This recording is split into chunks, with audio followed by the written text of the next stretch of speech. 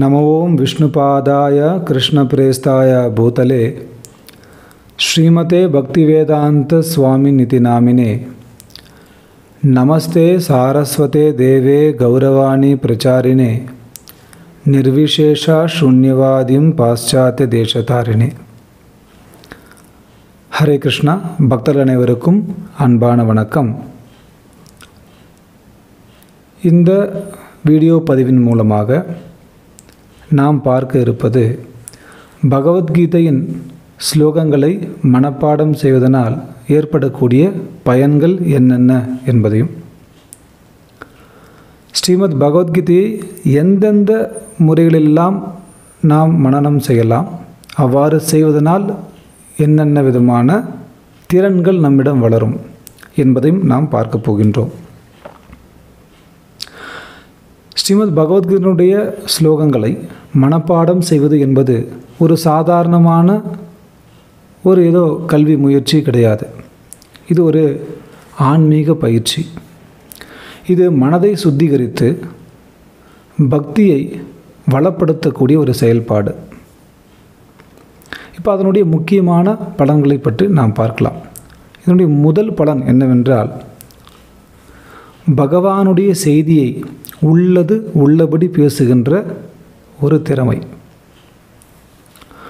ஒரு பக்தர் ஸ்லோகங்களை மனப்பாடம் செய்து கொண்டு அதனுடைய அர்த்தத்தை புரிந்து கொண்டார் என்றால், அவர் தன்னுடைய சுய சிந்தனை அல்லாமல் பகவான் ஸ்ரீ கிருஷ்ணர் கூறியதை உள்ளது உள்ளபடி துல்லியமாக பேச முடியும்.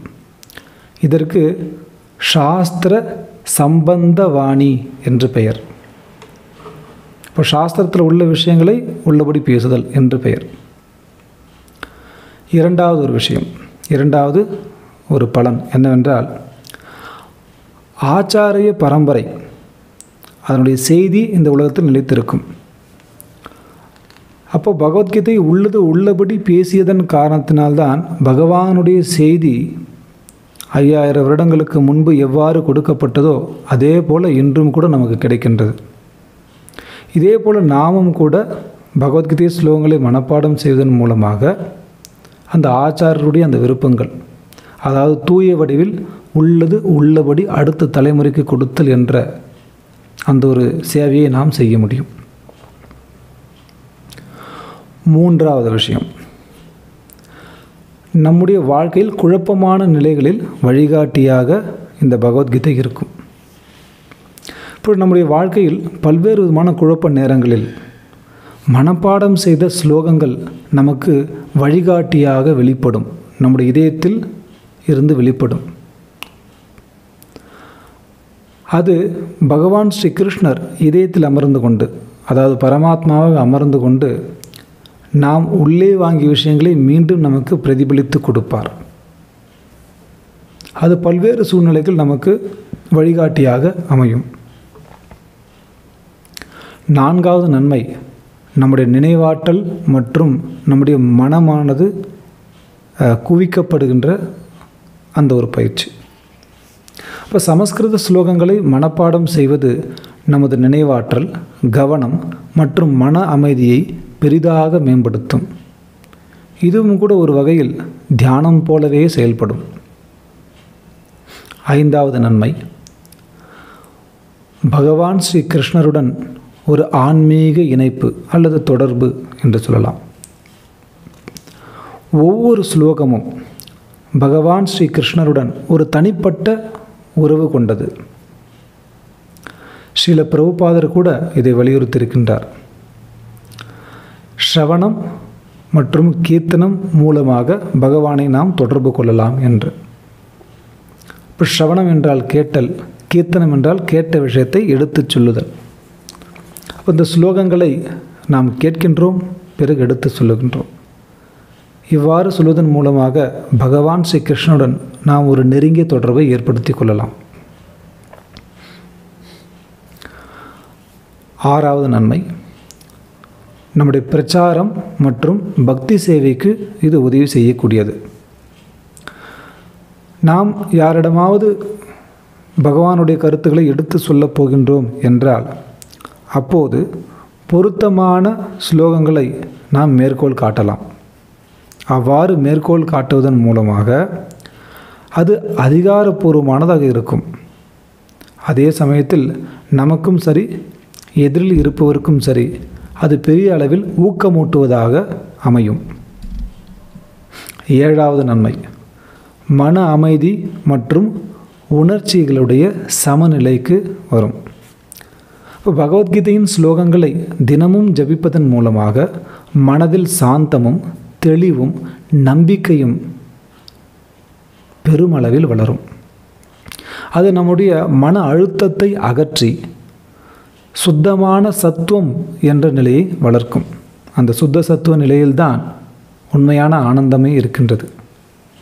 இப்போ வெறும் மன அமைதி மட்டுமல்லாமல் ஆனந்த நிலைக்கும் நமக்கு வழிவகுக்கும் இந்த ஸ்ரீமத் பகவத்கீதை ஸ்லோகங்களை மனப்பாடம் செய்வதன் மூலமாக.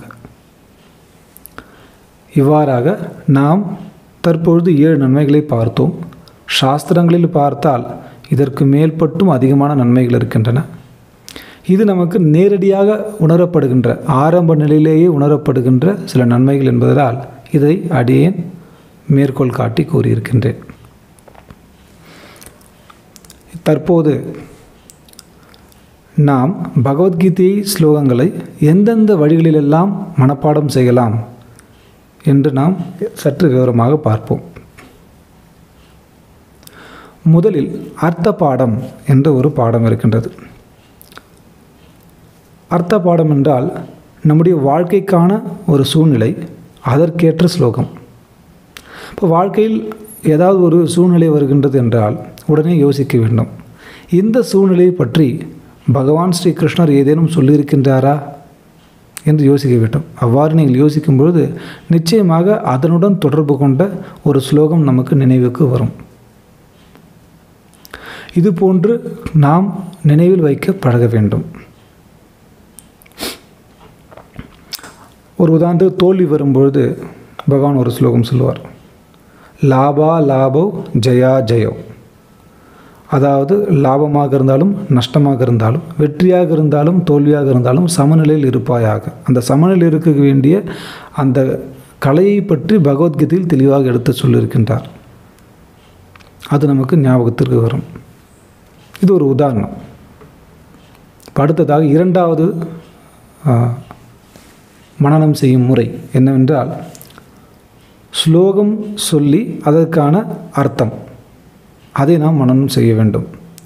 ஏனென்றால் பல பேருக்கு ஸ்லோகம் தெரியும், 700 ஸ்லோகங்களும் கூட மனனம் செய்து வைத்திருப்பார்கள். ஆனால் அதனுடைய அர்த்தம் தெரியாது. அதை வெறுமனே ஏதோ ஒரு ரெக்கார்டர் எப்படி எல்லாவற்றையும் பதிவு செய்து வைத்திருக்குமோ அதுபோல அவர்கள் பதிவு செய்து வைத்திருப்பார்கள். அவர்களிடம் சென்று அதற்கான அர்த்தத்தை கேட்டால் சொல்ல தெரியாது. ஆனால் உலகம் முழுக்க பெரிய அளவில் பிரபலமாகி இவர் 700 ஸ்லோகங்களையும் சொல்லிவிட்டார் என்று தம்பட்டம் அடித்துக் கொள்வார்கள். அது பிரயோஜனம் அந்த அளவுக்கு கிடையாது. அப்படி அர்த்தம் தெரியாமல் மனப்பாடம் செய்தால் தவறான விளக்கம் சொல்லும் அபாயம் கூட அங்கே இருக்கின்றது. அதனால் ஒவ்வொரு ஸ்லோகத்திற்கும் அர்த்தம் தெரிந்தே மனப்பாடம் செய்ய வேண்டும். 3வது முறை, அர்த்தத்திலிருந்து ஸ்லோகத்திற்கு செல்லுதல். அதாவது சில பேர் அர்த்தம் சொல்வார்கள், சொல்வது சரியாகத்தான் இருக்கும், ஆனால் அதற்குரிய ஸ்லோகம் அவர்கள் நினைவில் வராது. அப்பொழுது நாம், நீங்கள் கூறியது உண்மைதான், இதைத்தான் பகவத்கீதையில் பகவானும் கூட சொல்லியிருக்கின்றார் என்று அதற்குரிய ஸ்லோகங்களை நாம் எடுத்து சொல்ல முடியும். அப்படியானால் இப்படியாக நாம் மனப்பாடம் செய்ய வேண்டும். முதலில் அர்த்தத்தை படிக்க வேண்டும், பிறகு ஸ்லோகத்தை படிக்க வேண்டும். இது ஒரு விதமான பயிற்சி. அடுத்தது 4வது ஒரு பயிற்சி.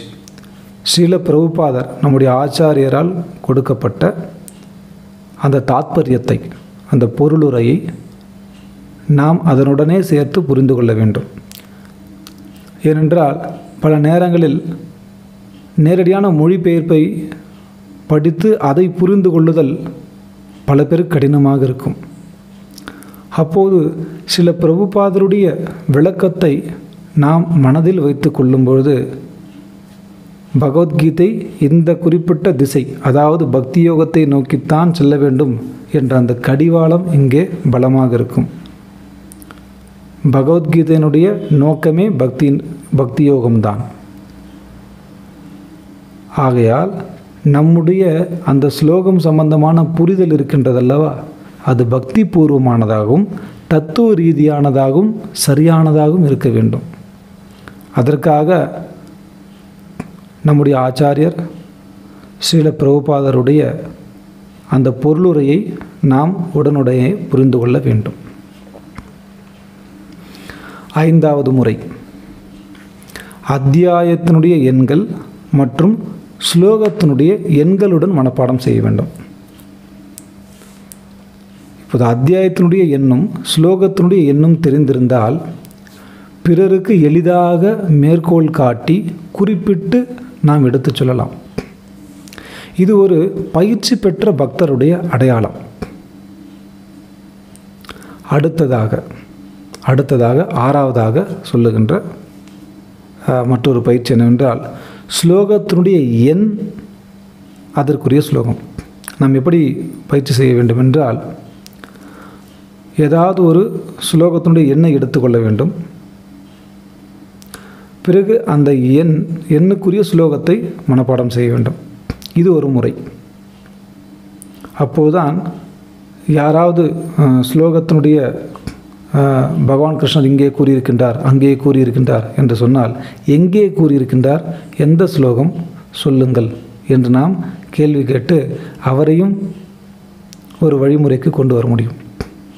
நாமும் கூட அந்த பகவத்கீதையை புரிந்து கொள்வதில் மிக ஒரு ஆழ்ந்த தன்மையை பெற முடியும். 7வதான ஒரு வழிமுறை, பல பேருக்கு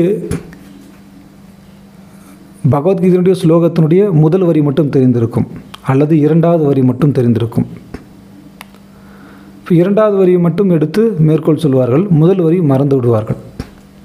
அதனால் நாம் பயிற்சி பெறக்கூடிய சமயத்தில் முதலில் 2வது வரியை ஆரம்பித்து பிறகு முதல் வரிக்கு செல்ல வேண்டும். பிறகு அதே ஸ்லோகத்தில் முதல் வரியை சொல்லி 2வது வரியும் சொல்ல வேண்டும். இது ஒரு விதமான முறை.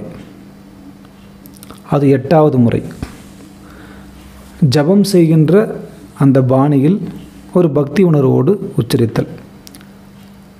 ஒரு மெல்லிய ஸ்ருதியுடன் நாம் தினமும் கூட இந்த பகவத்கீதை ஸ்லோகங்களை நாம் அனுப்பி வைத்து கொண்டே இருக்கின்றோம். அதை தினமும் கூட நாம் கேட்டுக்கொண்டே இருக்கலாம். அப்படி கேட்பதன் மூலமாக, அந்த பக்தி உணர்வுடன் ஜபிப்பதன் மூலமாக நம்முடைய நினைவாற்றல் அதிகரிக்கும். மேலும் அந்த கிருஷ்ணருடைய அந்த வாக்கியங்கள் இருக்கின்றதல்லவா, அவருடைய உபதேசங்கள், அது நம்முடைய உள்ளத்தில் ஆழமாக பதியும். 9வது ஒரு வழிமுறை, தினசரி மறுபதிப்பு பழக்கம்.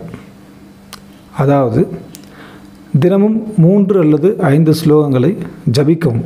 நான் மனப்பாடம் செய்வதை பற்றி பேசவில்லை, ஜபிக்கவும். மனப்பாடம் செய்தாலும் நன்மைதான், இருந்தாலும் ஜபிக்கவும். பிறகு வாரத்திற்கு ஒரு முறை எந்தெந்த ஸ்லோகங்களெல்லாம் ஜபித்தோமோ அதையெல்லாம் ஒன்றாக சேர்த்து நாம் ஜபிக்க வேண்டும். அவ்வப்போது அதனுடைய அர்த்தத்தை புரிந்து அதை நம்முடைய வாழ்க்கையில் எவ்வாறு பின்பற்றலாம், நடைமுறைப்படுத்தலாம் என்று முயற்சிக்க வேண்டும். இது நம்முடைய மனதில் ஒரு நிலையான நினைவாற்றலை வகுக்கின்ற ஒரு வழி. இப்படிப்பட்ட அந்த 9 விதமான இந்த வழிமுறைகள் மட்டுமல்லாமல் பல்வேறு விதமான வழிமுறைகள் இருக்கின்றன. இந்த வீடியோவில் சுருக்கமாக என்னால் சொல்லப்பட்டது. கடைசியாக சொல்வது என்னவென்றால், ஸ்ரீமத் பகவத்கீதையினுடைய ஸ்லோகங்களை மனப்பாடம் செய்வது என்பது வெறும் பெருமைக்காக அல்ல, பகவான் ஸ்ரீ கிருஷ்ணரின் உன்னதமான உபதேசங்களை, அவர் எதிர்காலத்தில் வருகின்ற மக்களுக்கு சொல்ல வருகின்ற அந்த செய்தியை நமது மனதில் நிரந்தரமாக வைப்பதற்காக. ஸ்ரீல பிரபுபாதர் நம்மிடம் கூறியபடி, ஏதோ பகவத்கீதையை 4 பேர் நாற்காலியில் அமர்ந்து கொண்டு இவர் இப்படித்தான் பேசினார், அப்படித்தான் பேசினார் என்று விவாதம் செய்வதற்காக அல்ல, வாழ்வில் நடைமுறைப்படுத்துவதற்காக என்று கூறியிருக்கின்றார். அதை தொடர்ந்து நம்முடைய இந்த ஹரே கிருஷ்ணா தமிழ் யூடியூப் சேனல் இணைந்திருங்கள். இந்த பயிற்சி தொடர்பாக உங்களுக்கு ஏதேனும் கேள்விகளோ சந்தேகங்களோ இருந்தால் எனக்கு வாட்ஸ்அப்பின் மூலமாகவோ அல்லது என்னுடைய ஃபோன் நம்பர் கொடுக்கப்பட்டுள்ளது, அதன் மூலமாக தொடர்பு கொள்ளலாம். ஹரே கிருஷ்ணா. எல்லா புகழும் ஸ்ரீல பிரபுபாதருக்கு.